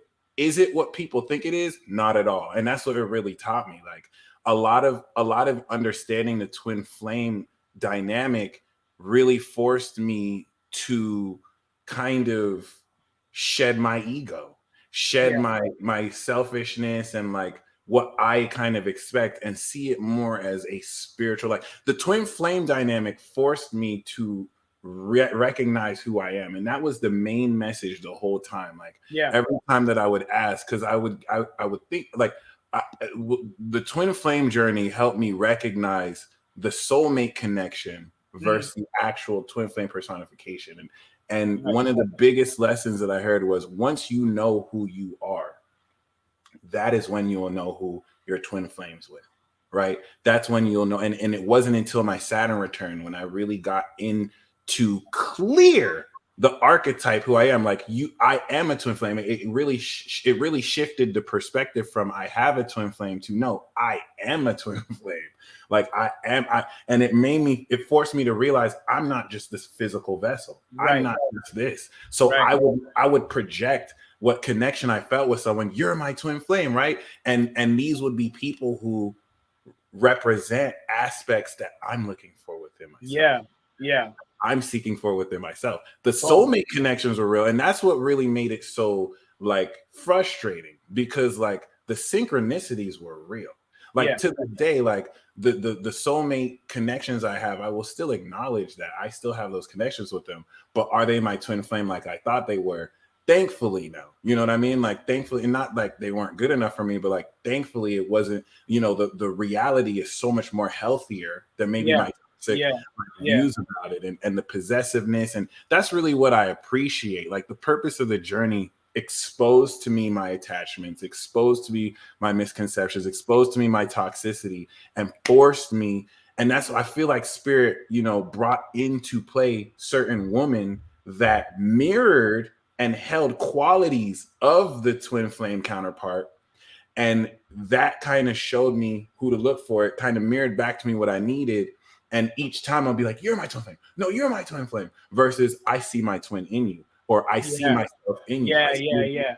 And so in realizing, okay, and once I realized who I was for sure, that was when I was able to recognize the archetype and essence of this counterpart in so many different people in everyone, but in specific people as well. And it wasn't until I came into the hardcore realization and real understanding of who I am, I came into my specific, I know who it is now, and their confirmations and synchronicities. But unlike before, where I attached so hard and it's like, oh, I need to be with this person. Now it's this inner knowing that's like, if I never develop anything with this person, I'm happy. Like, I'm good. Like, the fact that I've seen this reflection, and I won't even attach so much to the physical vessel, because I kind of understand the twin flame connection is like a more collective vibration that plays out through us as different parts of the human body. So like I can anchor, my physical experience, but it's more the union between my higher self and someone else's higher self. Yeah. And that can play out in so many different ways. And a lot of what blocked me was thinking it has to be physical, it has to be 3D. Like, there's the 3D understanding of a connection beyond the 5D, as we say. And it really just humbled me to surrender. That has been the biggest lesson, just surrendering to the connection where it takes you and learning to release detachments. I can say confidently, I will struggle to say that this person is my twin flame, but I will say we are twin flames. But I don't necessarily put the label on it in the sense where before, like, everyone used to prioritize, oh, this soulmate is better than that soulmate. It's really helped me. After walking out this journey, I'm totally fine connecting with someone who I don't have that twin flame connection with, or that super soulmate connection with. It kind of helped me. Really, the best part of it is it helped me love myself. It helped me realize I'm good on my own. If I connect with these people, that's even cooler. But it just kind of returned that I am my twin flame. Like, I am a twin flame. And like, I do have significant connections with certain other people that mirror that dynamic, but all the attachment, all the need is gone. And I haven't felt any more freer than I have. And it's like, now that that's happened, now opportunities are coming to me. You know what I mean? Like, instead of, me trying to desperately seek these things, they taught me that what's meant for you is meant for you. And the highest octave of this, I connected with the soulmate I have this connection with, and like, we hit it off instantly. She had no desire to be married. She had no desire to kind of get intimate and romantic. And I didn't expect that to be so freeing. Right. It's like, I'm not having an expectation. Do I need to have sex with her? Do I need to do this? It's just like, we're two friends connecting, acknowledging our connection, and allowing each other to be ourselves. And I realized that's it. Like, that's the nature of that. And I can have that with anyone, whether they're my twin flame or my soulmate. And that's what I feel like, that's what this journey really blessed me with. Still just barely beginning, but yeah. Really good question. Really good question. Nah, I thank you for sharing, because I feel like it's important, because there is that romanticized piece behind it. And I was just like you. Like, I was like, you're my twin flame. You're my twin flame. I did the same exact thing. I did it. Yo, once I felt that lick of that poison, bro, that I was like, give me the poison. Dog, straight up. So I feel you. So I fully resonate with that. I thank you. I asked that because I felt like it would help a lot of people. Yeah. No, I want to make another video of returning, because now you see so many people denouncing it and like turning against it, and I just don't want to disrespect that path like that. Like, it humbled me. I got so much in my ego and so prideful. I don't need anybody. Like, because you know who rejects it. Exactly right. You know who rejects it entirely. It's if we decide, no, I can't accept that about myself, then that's the rejection. You know what I'm saying? But that comes from hurt. People are hurt. You know what I'm saying? Exactly. They're bitter. They're bitter because they're like, nah. And it's like, yo, that doesn't discredit it. Like, don't. That's why I want exactly. You know Right. Don't ruin it for the whole crowd. Like, I turned bitter for a while. I was like, I started to feel like I was being fucked with. Like, why would you show me these signs? Why would I see these synchronicities? And maybe I started to take responsibility. Like, I'm creating these synchronicities. I'm kind of like using these people to give me, because it just kind of like brought back attention to myself. Like, I needed people to show me aspects of myself that I was projecting on them. Absolutely. And to move forward. So, it's very deep, and it really helped me understand that the dynamic is true, but it took away my need to control it and just surrender to the process and not worry about when, but just focus fully on walking my path and being me. Yeah. You know, which is such a good question. So my question for you is, what is the greatest lesson you've learned from your Saturn return so far? I know it's not fully finished, but like, No, I hear you. So the greatest lesson I've learned is the first instinctual answer was I have to talk to people. My Saturn is in Aquarius in third house, and it's like, oh, right. you feel me? So it's like I can't give up. I can't stop talking to humanity. I go through my Aquarius bouts, right, where I look at Aquarius, and one of the first things I think of when I think of Aquarius, it's a lot of things, but the strongest one, the first one, is always that it's the furthest away from the sun, right? Like if Leo is the sun, I always think that Aquarius is in the dark, it's like it's in the pits of all things black. So it's like that's so deep. That's so true. Ain't no light out there. So even though it's an ambassador for the alien space confederation, you feel me? Like it's like it has to pass that off to the Libra, and that's how I look at Libras, like the spiritual ambassador on Earth. That might they're like the men in black.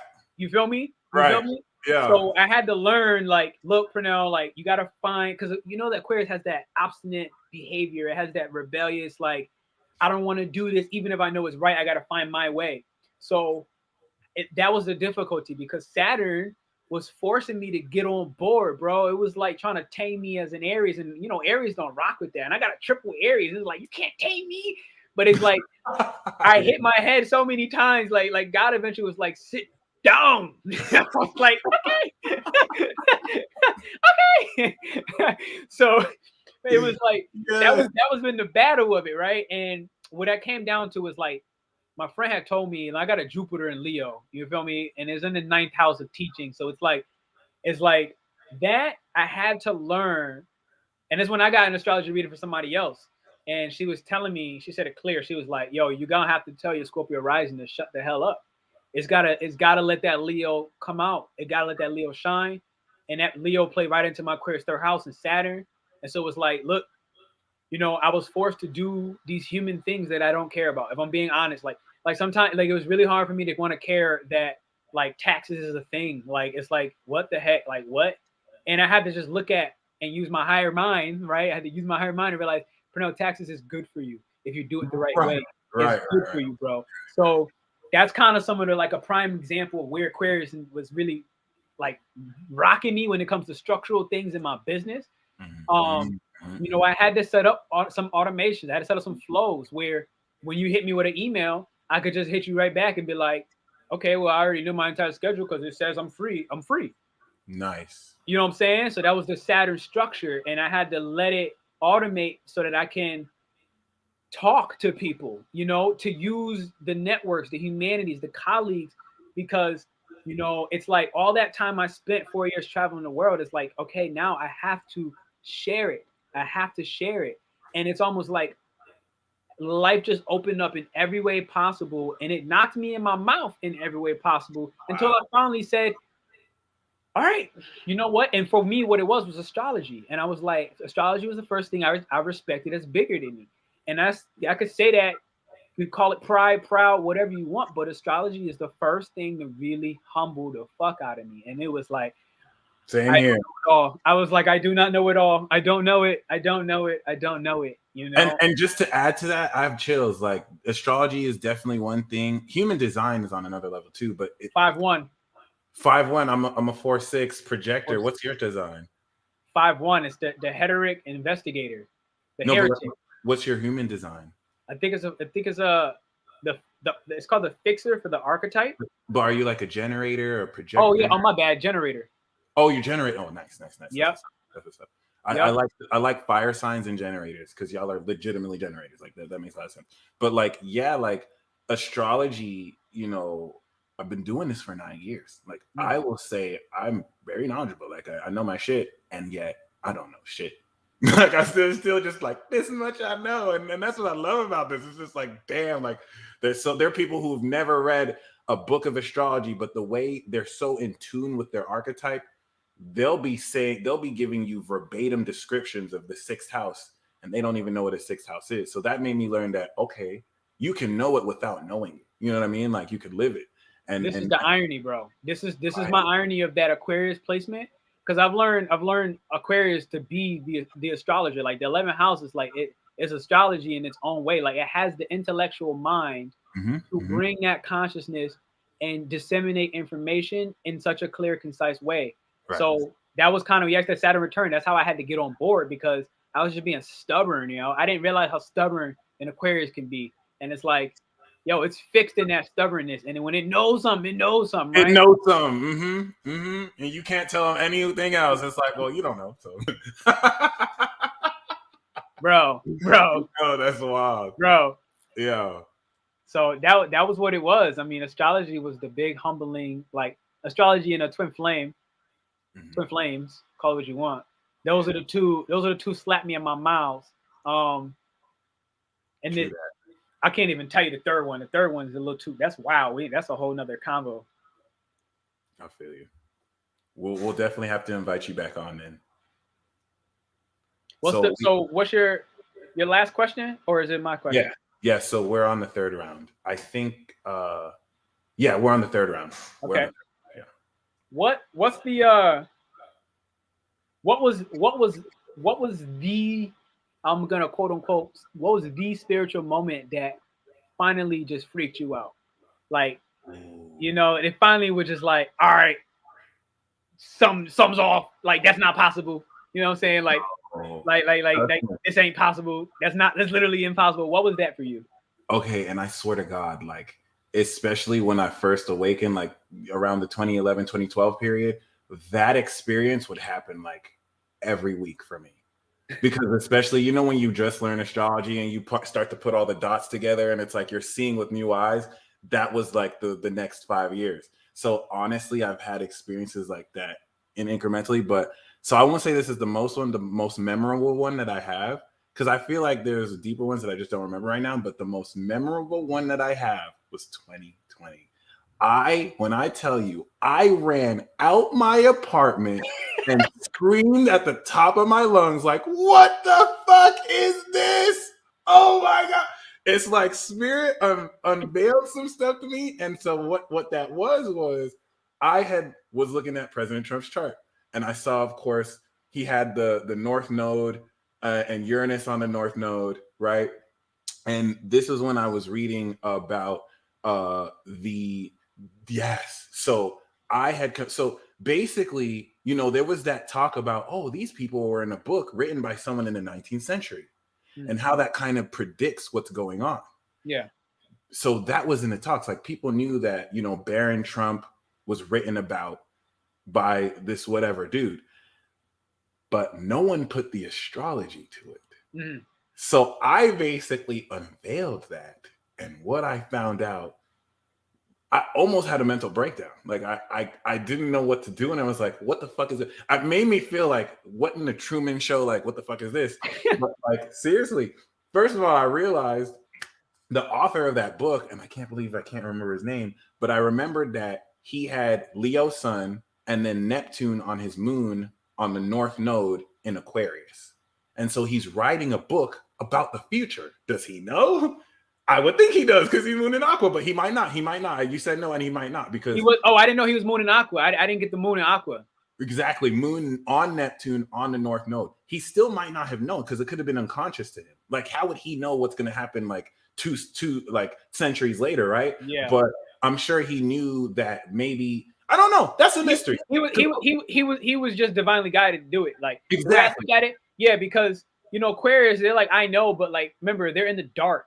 So exactly right. They don't fully always have to know that what they're doing is so genius. They just know that it's leading somewhere. Regardless, that's what keyed me into the North Node and time travel in the future, right? And so you realize what in that article where they're saying in the book, this dude and his father are time travelers, and that he has an unlimited imagination.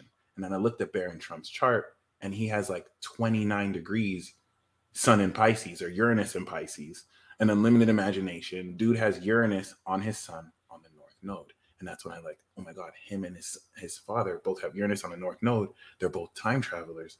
Oh my gosh.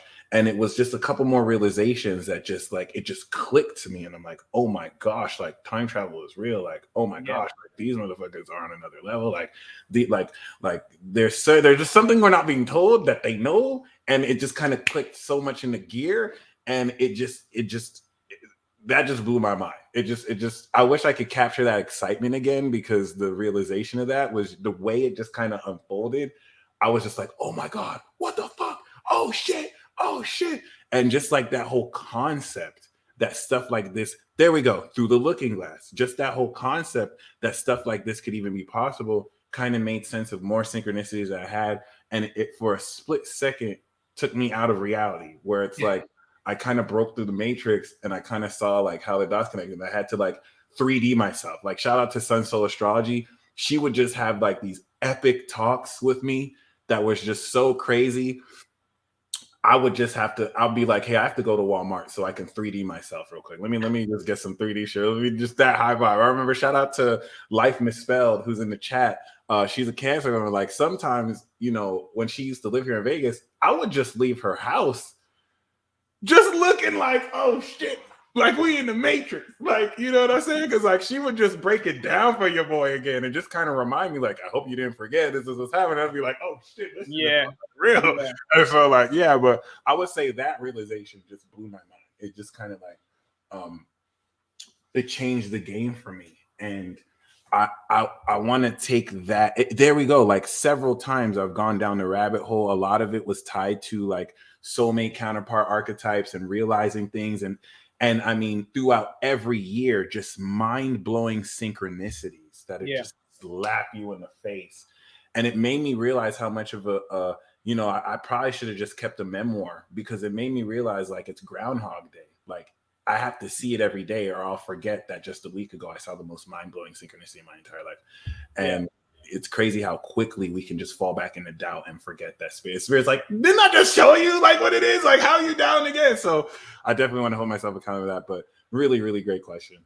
No, dope. Yeah, that's why I got a journal, man, because if I don't, I probably would have lost my mind a long time ago. Straight up. For anyone who's just starting, keep a journal, because if I kept a journal, I can at least go back and just like I forgot so many experiences that if I journaled, I could just be like, oh yeah, that happened. But my final question for you is, if you were in a classroom of 5-year-olds, like a grade school or kindergarten, what is one red pill you would give, or what's one thing you would tell them to like that would like get them woke or help them see through what they're being lied to or not? Oh man, this one's too simple. I mean, I'm already in the process of making the Institute of Astrology. It's just that simple. Like, yeah, Saturn and Aqua. I love it. Yeah, bro. I'm already in the process of the Institute of Astrology. It's just that simple, because I got a little sister she's turning 16 this month now, but it's like, I didn't know any of these things when I was 16 years old. You feel me? Like, right. I think I was already hip on it and telling her about it a couple of years ago. And so, like, the thing is, if you can catch the kids anywhere before the age of 7 and you put this stuff in them, and the thing is, they already catching it. You feel me? Like those after 95s, bro, I'm getting the type of questions I'm getting from 95 and up. When they ask me about astrology, is like, how do you even know what to ask me? You know what I'm saying? So they already understand their first couple signs. Like the synchronicities is wild. Like today I walked into a coffee shop and I'm brand new in this town. And the girl was like, hey, are you Pernell? And I was like, yeah. And then she's like, yeah, like, I heard you do like, you're like a therapist or something with astrology. And I was like, I've never been here. I've never been inside this bakery ever. Wow. And there's only one cafe I go to in town. I went to a new one today for the first time. I've only been in this Arkansas for a month, and it was just mind blowing. And I had that girl, she's 25 now, I think. She already knows like her son went right. I didn't always know these things at some of these younger ages, and like, yeah, likewise. You feel me? And then it's wow. So the simplicity of that question is, I'm gonna teach them how to look at their own chart and how to read degrees and conjunctions and trines, and I'm gonna teach them that, because I look at self-empowerment, you know, as one of the most enriching things that we can do. And if you can catch that kid young, that's the future. You feel me? So Yeah, it's like mhm. that is the future. So you can't tell anybody something false when they know themselves. Like, and that can't be threatened. You know, real can't be threatened. And so the way I look at it is like in China, they don't give out birth charts. You feel me? They don't give out their birth times because they don't. You can't keep a billion people enslaved if a billion people know who they are. Doesn't matter how strong your military is. You can't keep a billion people back. You can't. If they all know who they really are, you can't do that. The only way you can do that is through indoctrination. You know, so I think that when I look in a schoolroom of 5-year-olds, I'm teaching them astrology ASAP, and I'm teaching them how to read their own, and then I'm making them teach me how to read minds. You feel me? So like they really, Right, exactly. yeah, And that's where I feel like my North Node in Aqua aligns with your Saturn in Aqua. Because my mm-hmm. number one, if you were to ask me what do I want to happen right now, I want my number one dream is to introduce legislation to where all kindergartners to grade schools have to teach astrology. Like it has to be just like a basic like part of education, just like math, just like that. It'll That'll happen before 200 years. I promise you that. Oh yeah, for sure. For sure. It's already happening privately. So we got private schools. Hopefully we'll see it I didn't publicly. even know that. That makes me so excited. Yeah. Yeah, they got the institutions now, like the colleges now, and that's another thing I want to build, like a university as well, but just more like magic sciences and all that, and that's the coolest thing. Like we're the generation that's going to pave that way. Shout out to the '60s and the '70s and '80s who paved it for us. Yep. Just like Blue Flame said, it should be in the sciences. So I feel like we're going to give a new look at science that just wasn't had for so long. But brother, thank you so much. This was so awesome. Honestly, like I was just planning to be here for an hour. I was like, okay, once we get to the hour, it'll end, and we're almost two. I didn't even know what time it was. Oh crap! Right. I know you got in the link. You got links to. I got the link to your YouTube channel, and Yep. you do have a link to a mailing list and event. Can you speak about that? As far as For sure. I mean, my mailing list is pretty much a spiritual advisory kit. Like I would say, people going through the spiritual awakening. There's basic astrology in there. I'm just breaking down the archetypes from my own personal interpretation. You're gonna get numerology in there, dream interpretations, chakra systems, when they're out of balance, when they're in balance, so you can like understand like, all right, like my throat chakra needs a tune up. You know, like here are the signs that it's off. So that's kind of the little freebie you're gonna get on my mailing list. And other than that, tomorrow I'm doing, it's Sagittarius new moon. It's a solar eclipse. So I'm doing a mind mapping. It's a donation-based workshop in the morning, 9 a.m. in Central Time, which is like, I don't even know. I think that's like 5 p.m. in Vegas. And okay. it's just a donation base. I'm actually going to be creating, helping. I only could take 5 more people. There's only 5 more slots. It's 8 total because I'm taking everybody's individual astrology chart and I'm going to help them make a mind map based off of their personal placements. Oh, nice. Yeah. So I'm doing it's like a vision board mind map where I'm trying to get real technical. That Virgo 10th house in me, trying to get real technical and give people a map because this is like a 19-year cycle. You feel me? This solar eclipse is not a joke, in my personal opinion. And it's all about like a great time to restructure our beliefs and recognize like where were we real dogmatic and where we were real like, my way is my way or the highway. And I'm looking to do that for people tomorrow. So that's the other link with the vision board and the mind map, donation based. Beautiful. And when did you start your channel? Yo, my channel has been running for years, but I didn't get serious on it until quarantine, 2020. I started pumping videos in quarantine. Like I was pumping that like no tomorrow. I had like no direction. I didn't know what to do except for this. Like literally, I was like, I'm just gonna keep pumping YouTube videos because I knew I set out 4 years ago to have YouTube be my job, literally. And it's crazy because it's only until last year that it started. Like that I actually started. Like I had one guy come out and do a retreat with me, a one-on-one retreat, and he just came right from YouTube, and that was the biggest shock of my life. Like because I had it set up. This is the structures, right? It's my Saturn in Aquarius. I had to have it set up, and I got an email, and I'm like, what? I'm like, what? I didn't even know I had that. Like I was doing that, but I didn't even know I had that out there. You feel me? So that was the whole Saturn Aquarius and that structure coming up. And next thing you know, people just started booking readings and started getting retreats. And like my next retreat's coming up in May next year. And it's like, this is what I do. And really honoring the start, you know what I mean? Like, even if it's just one or two people, you just give your all to the one or two people and allow it to grow. And the journey is so much, is just amazing. So I can tell you congratulations. this: I've shown up to rooms more times with 0 people, and the expectation that there would be more than that. Even at times when people would have paid for certain things, and I'm still sitting in that room for at least 15, 30 minutes with 0 people. Like, all right, are they gonna come? Or are they gonna show? And that's the, like you said, to honor the start has been the biggest. That's been the biggest blessing for me, to keep me grounded, and stay willing to stay on this path, because yo, like, you get enough zeros in a room, it could be debilitating. You feel me? But like you said, whether it's 1 or 10 or 300, I'm gonna act the same. Like, that's that beauty of Scorpio rising. It's like, we're gonna be real no matter what. I'm gonna Like, be real. and to the end. It's the pure ones. That's beautiful. So yeah, please make sure you subscribe to this YouTube. Really great channel. I really love the thumbnails and the work you're putting in on it. I definitely see that channel blowing up. Whether it's instantly or gradually, it's definitely a very successful channel right there. And yeah. Oh yes. How can people reach you and book readings with you? I think every single one of my videos has all my links in the descriptions. Got you. Every single one of them. But I would say that probably the most important is this email list.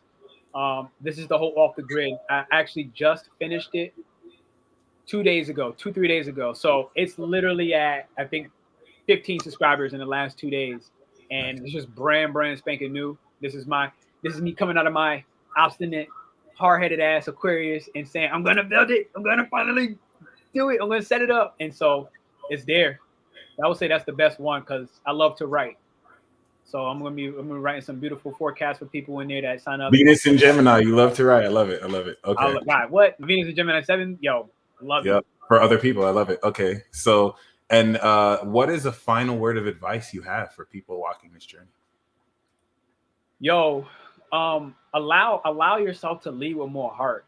That's my final message. Like, give yourself emotional permission to lead with more heart, because especially if you're in this path of, like, let's say, healer, spiritual worker, light worker, whatever you want to call it, empath, it doesn't matter. I think where I got into traps myself is to want to, at certain points, close my heart off because it just got too painful. Yep. You feel me? So I think the best thing is, again, I am a triple Aries, and it's like to just let my heart get broke, realize that I was doing the right thing, and that's just part of the game. You feel me? It's like somebody playing defense in the NBA. Like, if you play defense, eventually you're gonna get your ankles broke, and that's okay, because you're still gonna be remembered as the #1 defensive player. I look at this in the game of love, and I look at this in the game of healing. It's like, lead with heart. Honestly, you're gonna get your shit broken over and over, but the breakdown is for the build up. Like, that's the simplicity of it. So you can't lose. Like, if you didn't hear it enough from anybody else random, just remember that you can't lose by playing and living with your heart. Don't let it like rock on your sleeve. I had to learn this lesson. It's not necessary to keep it on your sleeve to the point where you don't fight back, because aggression has its place, and I had to learn to balance, not being overly aggressive, but realizing that aggression has its place. And sometimes people need to get a verbal slap. You feel me? And that was what I had to learn. Like, sometimes people deserve it. Sometimes you can't just take the high path and pretend that we playing games out here, because there's a spiritual warfare going, and we know that it requires us to lead with heart, but it also requires us to be smart and realize that objectivity has its place. Amen to that. And it's taken me. I love that message. That speaks to me so much too, because I've always kind of held back my heart, but I've always been too caught up on, is it worth it? Is it worth it? And I've just come to accept that what's meant for you is for you. And so knowing that, lead by the heart. If it works out, cool. If it doesn't, you get stronger from that. And that's definitely something I'm wanting to practice, to take more risks and to just trust the heart, or at least where it might be leading, but balance it with the intellect, So other than that, Ashe, y'all stay blessed as always. Please make sure you show Pernell love, subscribe to his channel, hit him up. And brother, thank you so very much. If you ever want to come back to the channel, let me know. I'll definitely invite you back for more talks. And you stay blessed as always, and you have a blessed weekend. Dope. Whoop, whoop. Peace out.